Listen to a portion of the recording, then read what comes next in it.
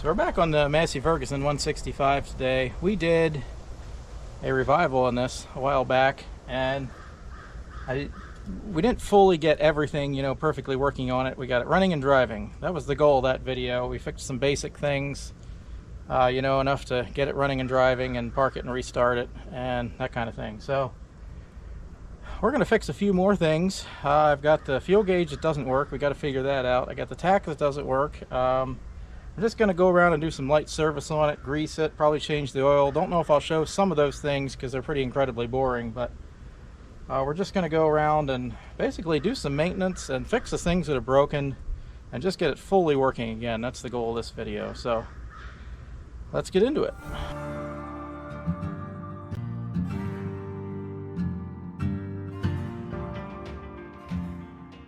So usually I don't really show the boring servicing parts. Well, sometimes I do. Sometimes I don't. Stay up there. I gotta go around and grease this thing. And some other things. I think I had one or two people say I'd like to see more about the servicing on that. I don't know. I'm sure it's gonna be boring, but let's see. And making sure everything works. This link adjustment here that spins, there's some dirt in there. We got some grease fittings there. We got to make sure they clean up. This one here, even though we're not going to adjust that, we'll make sure it has grease in it. And let's see, on the front there's some grease zerks on the kingpins. One kingpin. What about this one? Oh, yep, there. And the clutch. No, that's not a grease.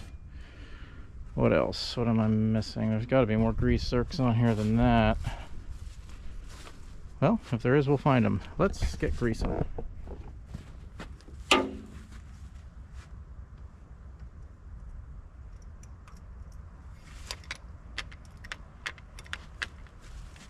don't know if you can see, but as I'm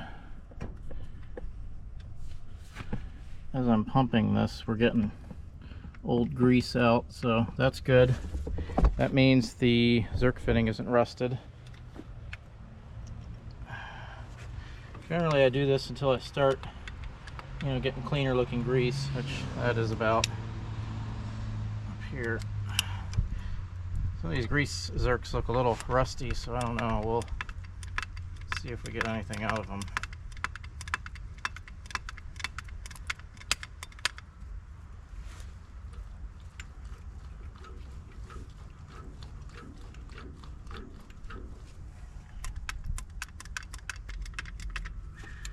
Either that or that grease zerk is too rusty. I don't know.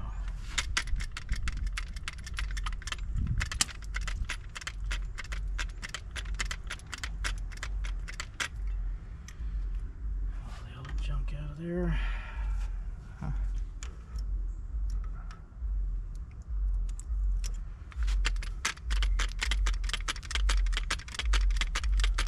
Oh, there we go. Now we're getting some grease out of there.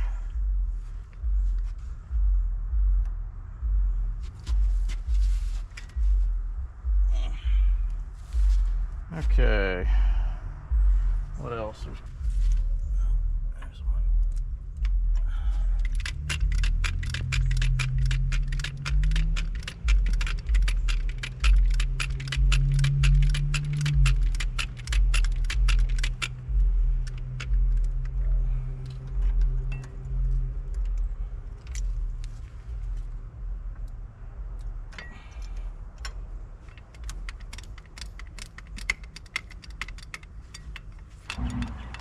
I think these grease zerks here are for the lift arms, and maybe that's why it's jerky going up and down. We'll try it again and see if that reduces the jerkiness.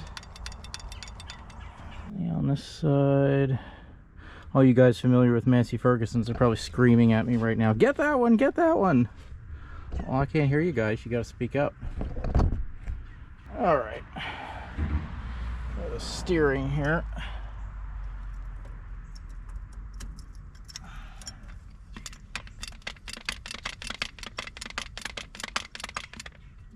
Out the top there.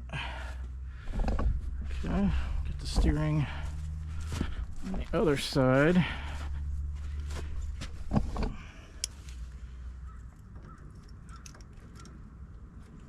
come on, get on there. There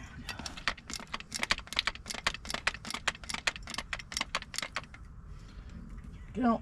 It's coming out.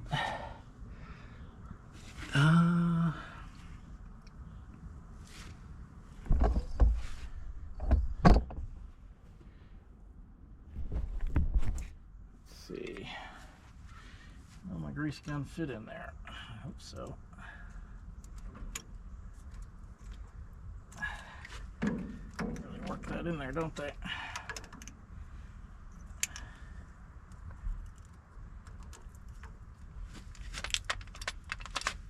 There we go.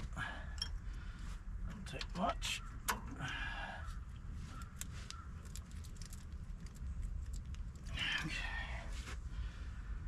What else? What am I missing? Pine needle.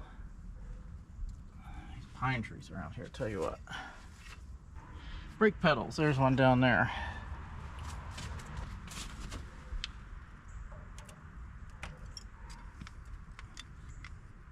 Didn't take much. Alright, what other moving parts? Might be it. I can't remember if the steering gear was going to be behind here.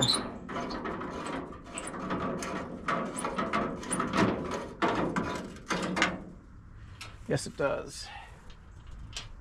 Okay. Here.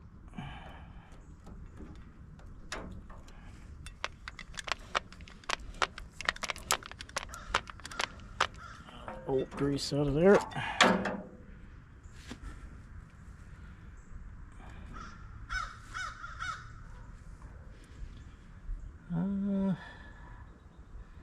Might be it. I don't see any others there.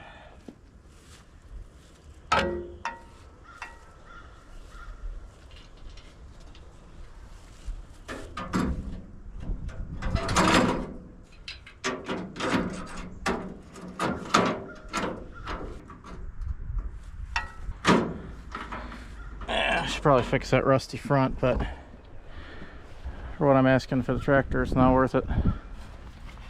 Oh, let's get the hubs. Don't forget those.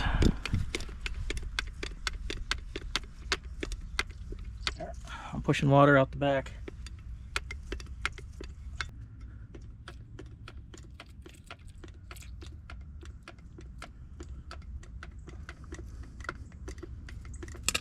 There we go.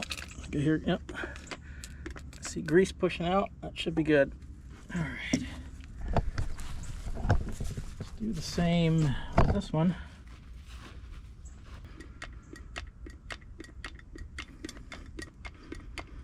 Goodness, when was the last time these hubs were greased? There we go. Okay. Let's start it up and see if the jerkiness is allayed by greasing that.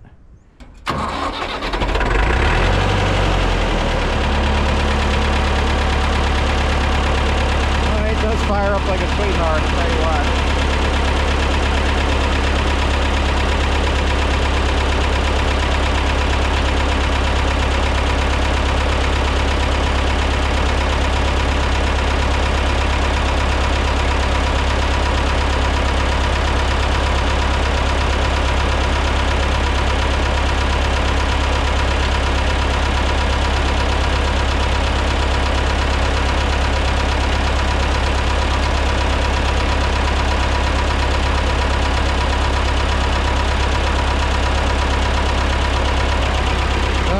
Seem to allay the jerkiness of that.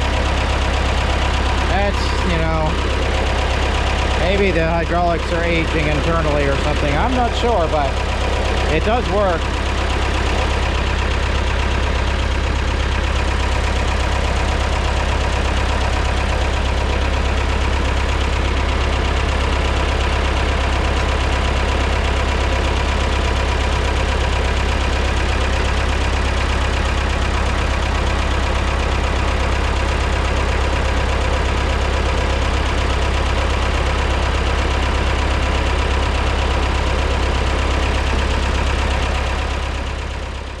Okay, what next?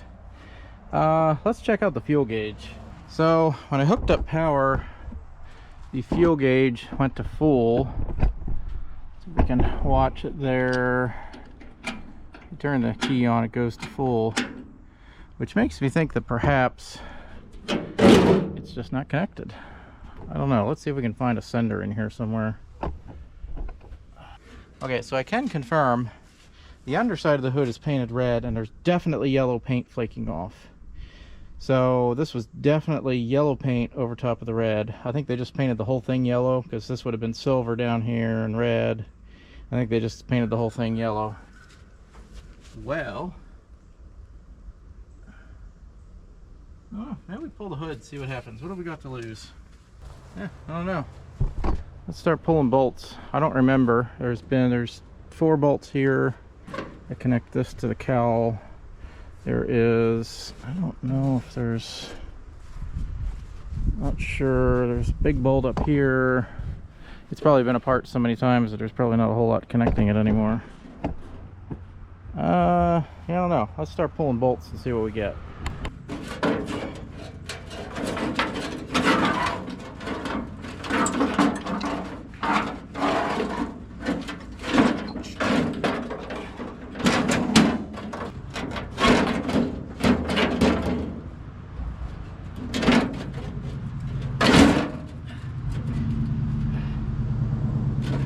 Prop it up for what we need to get to. Allow me to show you. Okay, that's what we're trying to get to there. So this is the wire. Where's my meter? So this gauge is written on it 30 to 240 ohm. So that tells us the range. All right. Clean this off real good.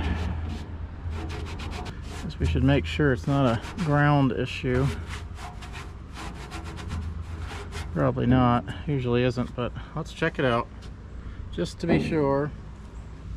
Okay, let's see. So testing between ground and the pin. Oh, I get a reading 1.5. 1.5 ohms. That's out of the spec of the gauge though. Screws out. It's a little bigger for this, I think.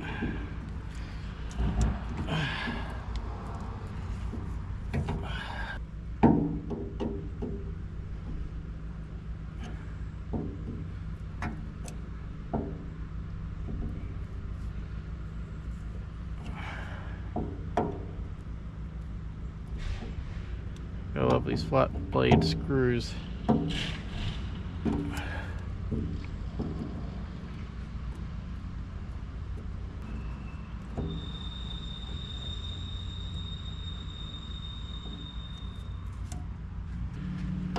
Every screw is a victory, you know.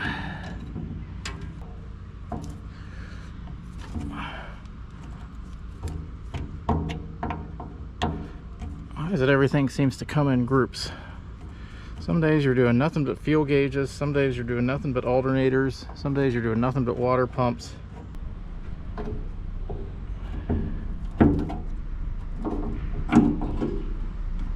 Alright, up you come. They are full of fuel by the feel of it. Let's unsnap it from the arm there. I'm shaking it up, yeah, but see I'm getting fuel out. Don't know where it's coming from.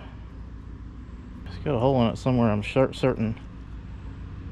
Because just holding it here, it's seeping fuel onto the actual sender. So let's see how it changes resistance. Yeah, so that's the ground pin there, I guess. Grounds the body. No. 55 ohms, full to 191, 197.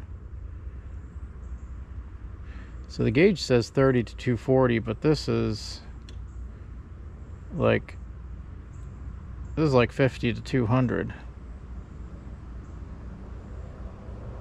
but I guess there's some dead spots on the gauge then. So there's dead middle, 106. So this is working good if you can get a good ground on it. So it should be reading completely empty. Yeah, see, 190. Okay, so the sender will work if we can find a float for it. So we just got to get a float for that and figure out why the gauge stopped working now. So if I hook it up to it now, it should register dead empty.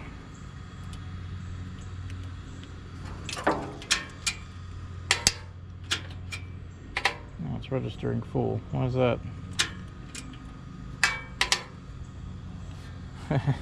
Is the gauge not working? What's the problem here? Yeah, that's not gonna work. Well, we need a float and we need to check if we can get one of these gauges, I guess. We have parts. I have a new fuel gauge. This is the slightly newer version of the Massey Ferguson fuel gauge, but it is a Massey Ferguson gauge. This is a 60s or 70s Ford fuel float, I believe.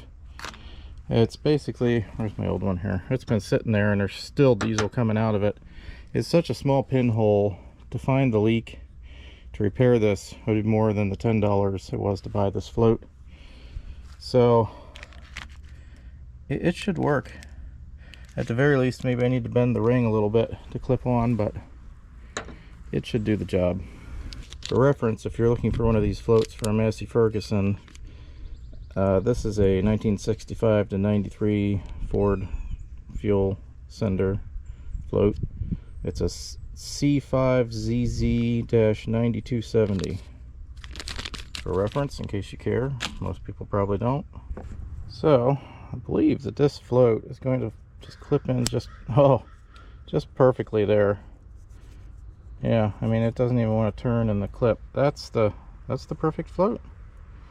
Okay, so I'll go to the gauge here, and I'm a little bit confused, to be honest, because these two studs here are the ones that hold the gauge on, and it says 12 volt there and ground there, like right at these screws, but there's 3 connections, 4 if you count the light, which I know the light, this is a positive connection for the light because the case is going to be grounded. But like, is this 12 volt and this ground, or is this, I'm confused. I think we'll play around with it and see with alligator clips real quick and see where we're at. Alright, I've looked this up as best I can. From what I can find, the sender should be the bottom wire, battery should be towards the outside of the tractor in this case, and the ground should be towards the other side of the tractor. I don't know. Let's see what happens when I turn the key here. Oh, it goes to full, just like before.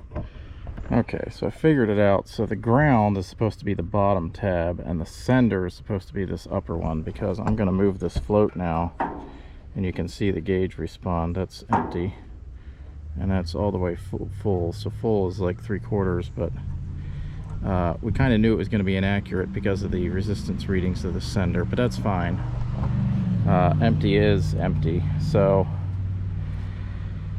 yeah, now we can hook it up. We can put the float in the tank anyway and get that hooked up. And I don't know how to recalibrate the gauge. I'm not going to worry too much about it because, you know, just it is what it is at this point. This will never be a perfect tractor because it's not, and it'll be good enough to know when you're running low on fuel, and that's the idea. Gauge is fully wired in. There's where we're at. Okay. What's next? I mean, what's next besides putting this back together again? One thing I forgot to do when I first did the revival on this tractor is loosen these up. You know, and I went to hook up an attachment and realized, yeah, we got nothing. So let's loosen these 3-point balls up.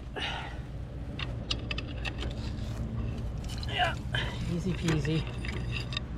Just get dirt and a little bit of rust stuck in there,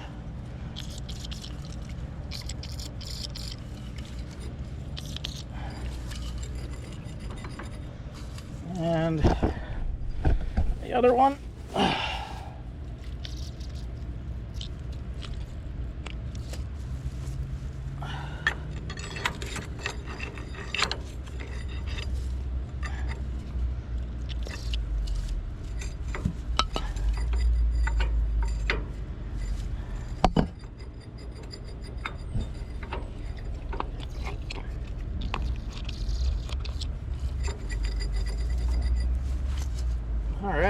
And I don't need it right now, but I wonder if this upper arm is loose. That's loose over there.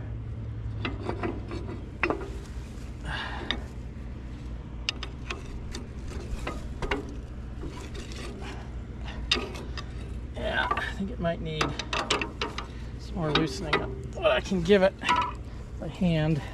Well, I guess I won't be using this third link.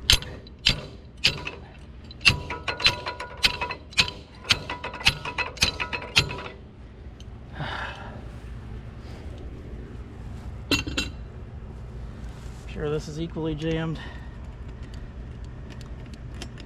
Just sitting for so many years. I know it doesn't seem like it as easy as it started and everything, but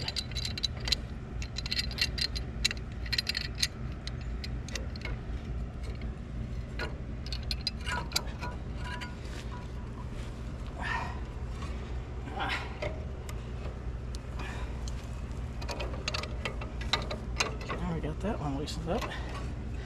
That's just the hold down. Let's try again to loosen these up.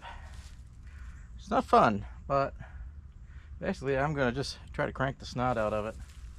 The thing is, it looks like it's in such great shape, I should be able to loosen it. I don't know.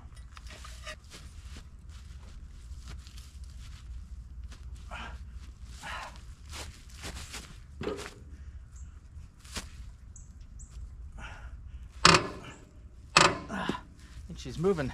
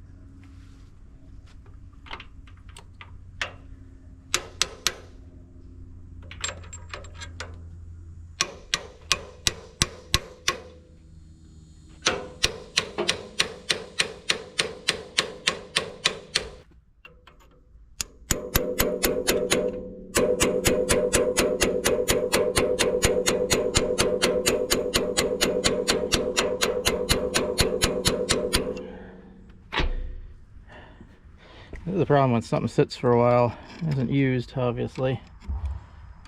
It just needs a little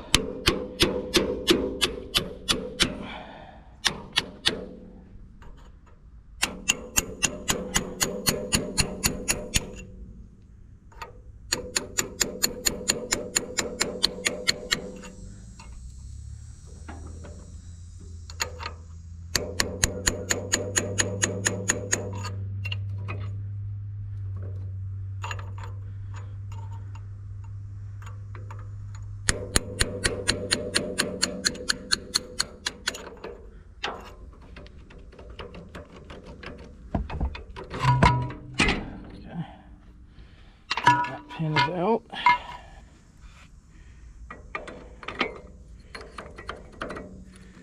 Just gonna reverse this for the time being.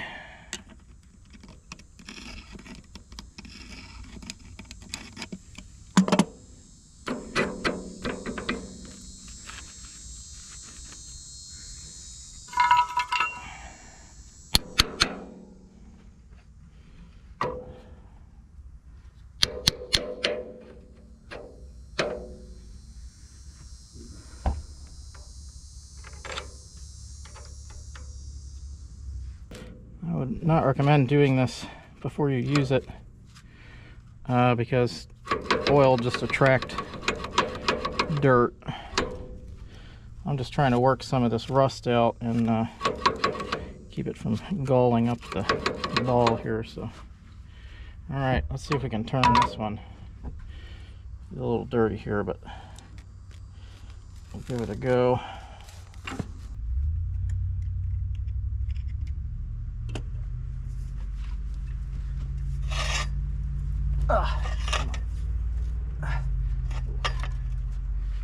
Gonna move. Oh, you're moving. Oh, good.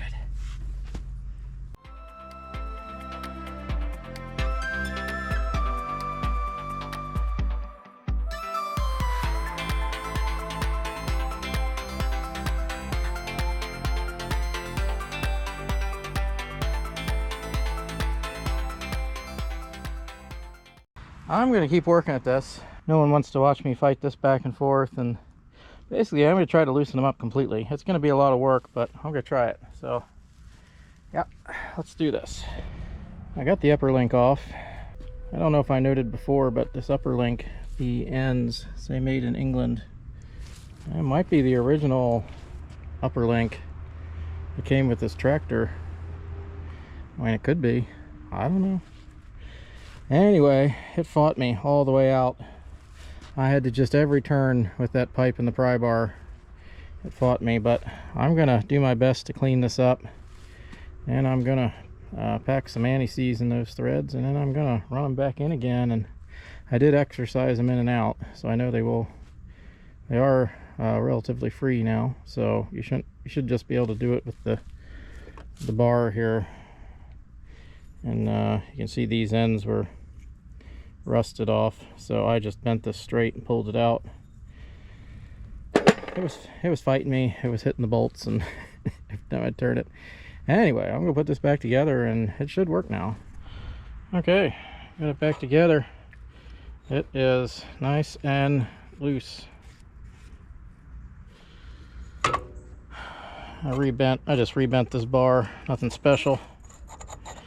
Just keep it like the last guy had it. It works, and that's the important thing. So I haven't worried about taking out these bolts here to you know, have these hinge up.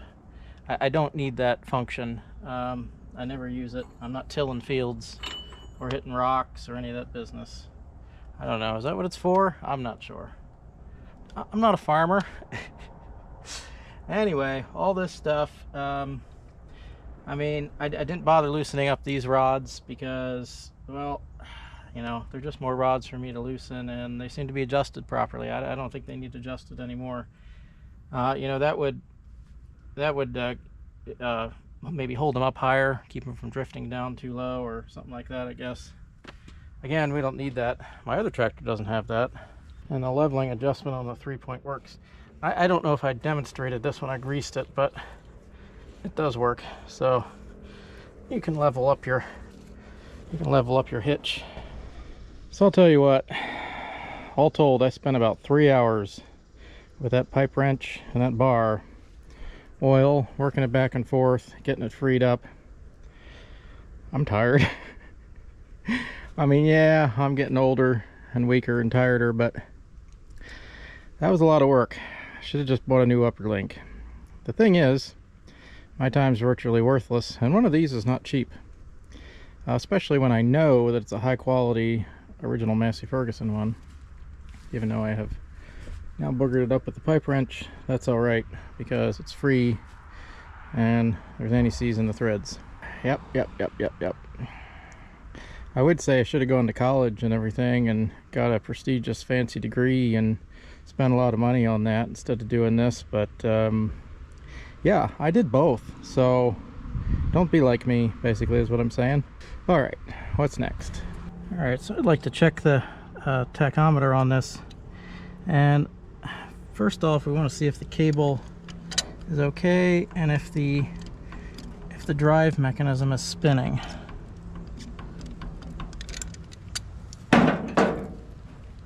Since this is easy to get to, this isn't a hard thing to do here, so at least I hope it's not. Spin that off, take the cable out. Oh, okay, I think I might see the problem. There's the wire is actually, it's supposed to be like crimped into a square, and the wire is, yeah, I mean, it's coming apart. I believe it just torqued the cable apart. I'm hoping a piece didn't break off in it is what I'm trying to determine, because I don't think so. Doesn't seem like it did anyway. Just seems like it twisted off there. Now let me pull the other end off, because if it twisted off inside the drive mechanism, then we're going to have to pull that as well. Let's look up under here.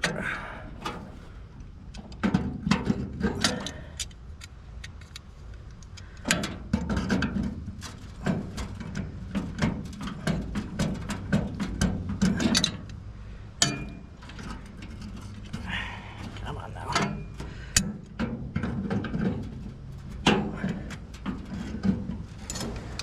Drop into the abyss. Okay, I think I got it. Metal plate just fell down. That was the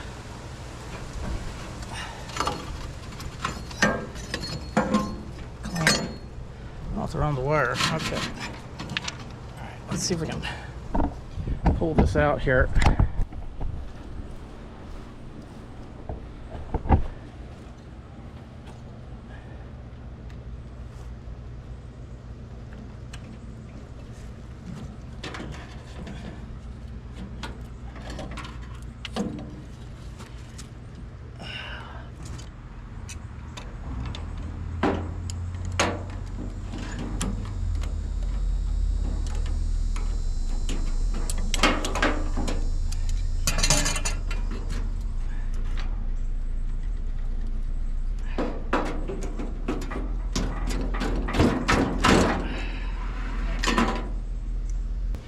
Alright, so the cable's bad, but I feel like the reason the cable's bad is because this is locked up. The cable will not turn in the tachometer. So, yeah. I don't know if we can get the cable out. And if we do, maybe we can free the tachometer up. I'm not sure. Alright, so I gutted the tachometer. This cable is really jammed in here. And you can just see the level of corrosion. And that's why it isn't doing anything. I'm gonna have to, well, I'll clean it up, and I don't know if I can get it to turn again, but if I can, there's a chance that it might work, but I have to get the cable out of here first. So basically the way I gutted this was just this goes through the back of the case like this. There's two screws you take out, and to get that off, you just take the go around and uncrimp this bezel here, and then you can pop this off the glass and the rubber seal, which apparently none of the seals did a very good job. Now I'm going to see if I can get this to do anything. I'm hoping the gears aren't plastic. I don't think they are, but I don't know. Basically, I'm just going to oil and decorrode and see what I can do. I don't know about getting any of this spinning. I don't know. I feel like the spring is broken because the needle shouldn't allow me to do that. It should spring back. So I'm not sure that this is gonna not sure that this is gonna be salvageable, but yeah, I don't know. I think this is pretty much shot between the spring being rusted away and yeah, so here's the needle spring. Goodness. I don't think I can get replacement parts for this, and even if I could, I don't think it's worthwhile. So let's see if I can find a used mechanical tack, or this is where a parts tractor would come in handy, but I don't have one. I'm turning that, and the plate and the magnet are staying. Yeah, there's just no coming back from any of this. Well, I satisfied my curiosity. You know what they say, curiosity killed the cat, but satisfaction brought him back. Remember the rest of that phrase. Well, I'll see what kind of used tachometers we can find. I guess I need a cable too. This is a genuine Massey Ferguson brand new tachometer, because they basically still make a newer, slightly newer version of the same tractor, and they're still making parts for it. I believe it's over in India or Pakistan where they're making these, and basically the basic structure is still the same. And we have a new tack cable. So I did find a cable, not terribly expensive. It's just a standard tack cable, and I'm hoping that, see, this has a solid end on it and the cable fixes to that. I'm hoping that this end is not stuck in the sender down there. Well, it's not fun to get to if it is. I haven't really had a good chance to investigate. Let's see, it's the big end that goes down there. Just gonna kind of try to stick this in and kind of see. It's not engaging in anything. Well, I'm gonna have to take that off, I think. It's not going to be just as simple as installing this, unfortunately. Either that or this is the wrong cable, which it could be, but let's take this off and make sure nothing is broken in there. Alright, I got all the screws out. Let's see if we can ease this thing away from the...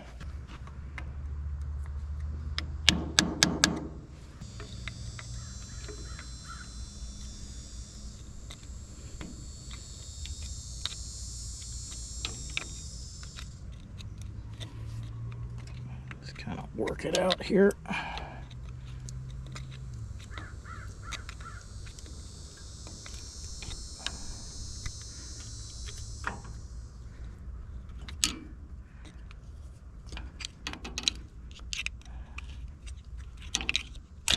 There we go.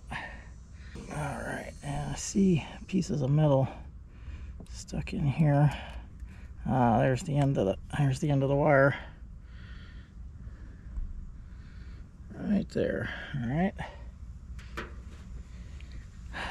I'm wondering, let's see, I don't know if this goes far enough into the case or not. I don't know if it's going to be long enough.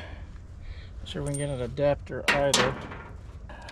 Nothing we can do about that other than if we need to extend it. So we'll just put this back on since we got that piece out. Almost engaging, but not quite. Alright, well, I'm probably going to do the wrong thing here, and until I can find the proper extension for this, I'm going to put this cable in, I think. Like I said, I'm sure that's the wrong decision. So there's a solution here I didn't particularly want to have to resort to, but I think what I'm going to do is cut this casing back and basically shorten this casing. It won't really change anything function-wise, and it'll give us some more distance, so I don't know, let's try that. Well, I got the cable on. I don't think that end is quite the right thread. I think it's a tad off. I have an oiling fitting that's supposed to be for this one. It's basically a threaded fitting you screw in the end, and it has a Zerk fitting, and you can pump it full of grease. And it didn't fit this one, and it went on really tight, and the outside is kind of boogered up from my vice grips. You try not to squeeze too hard and deform it, but at the same time you got to screw it hard enough to get it on. So I don't know. We're gonna try to start this and see what happens. Basically, get that on there tight enough. The throttle, make sure she's out of gear.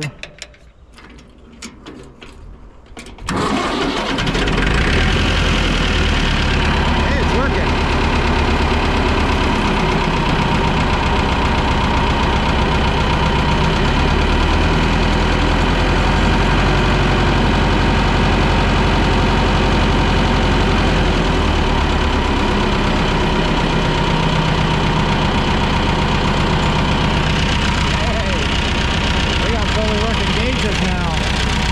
Runs fantastic still. It can sit here for a week or two, you know, and it just fires up at the turn of the key. And especially now the tack works, you can tell what speed to run the PTO at. That's a little bit of an important thing. Well, it's important for some implements, I should say, but you know, if you can't tell by the sound of the engine, it's great to have that tack there. So these things never had a speedometer. Some have a speedo tachometer, which is a combination of both. and you kind of have to cross-reference what gear you're in. This does not have that. This is a very much older tractor. They don't care about speed so much as just you need to know your RPM. Anyway, all the gauges work now, and I did have some requests from people saying I should paint this, and maybe we will if we have it down the road. I'm not sure if we're going to keep it, sell it, what we're going to do with it. It is a very useful tractor, but it doesn't have auxiliary hydraulics. It's great for running like a tiller or a brush hog or a disc or something like that. I mean, it is 60 horsepower, so you can drag some, you know, slightly bigger implements than you could with a smaller, more compact tractor, but it's pretty nice. It runs beautifully. You know, throttles up and down nice. It's real nice fine throttle adjustment, and everything works basically now as it's supposed to. And although it doesn't look the best, it's a good, nice working tractor. So I'm not sure what we're going to be using it for. I'm not sure if we'll be using it moving forward. You might see it on the channel, you might not, I'm not sure. But if we decide to do anything else to this, I will let you know and film it as we go. So I'm not going to cover the fluid changes because that's just incredibly boring. No one wants to watch this. You know, oil, this is just a spin-on filter on this. And so yeah, I mean, it's ready to rock and roll basically. So anyway, if you have any comments, questions, leave them down below. I appreciate all likes and subscribes. If you want to see this tractor, if you want to see more of this tractor, or want me to do something with this tractor, let me know. I mean, no one wants to watch me brush hogging or anything, I don't think, but if that is something you want to see, let me know. I'm sure I can find a way to film it. You know, I do stuff like that. So anyway, as always, thanks for watching.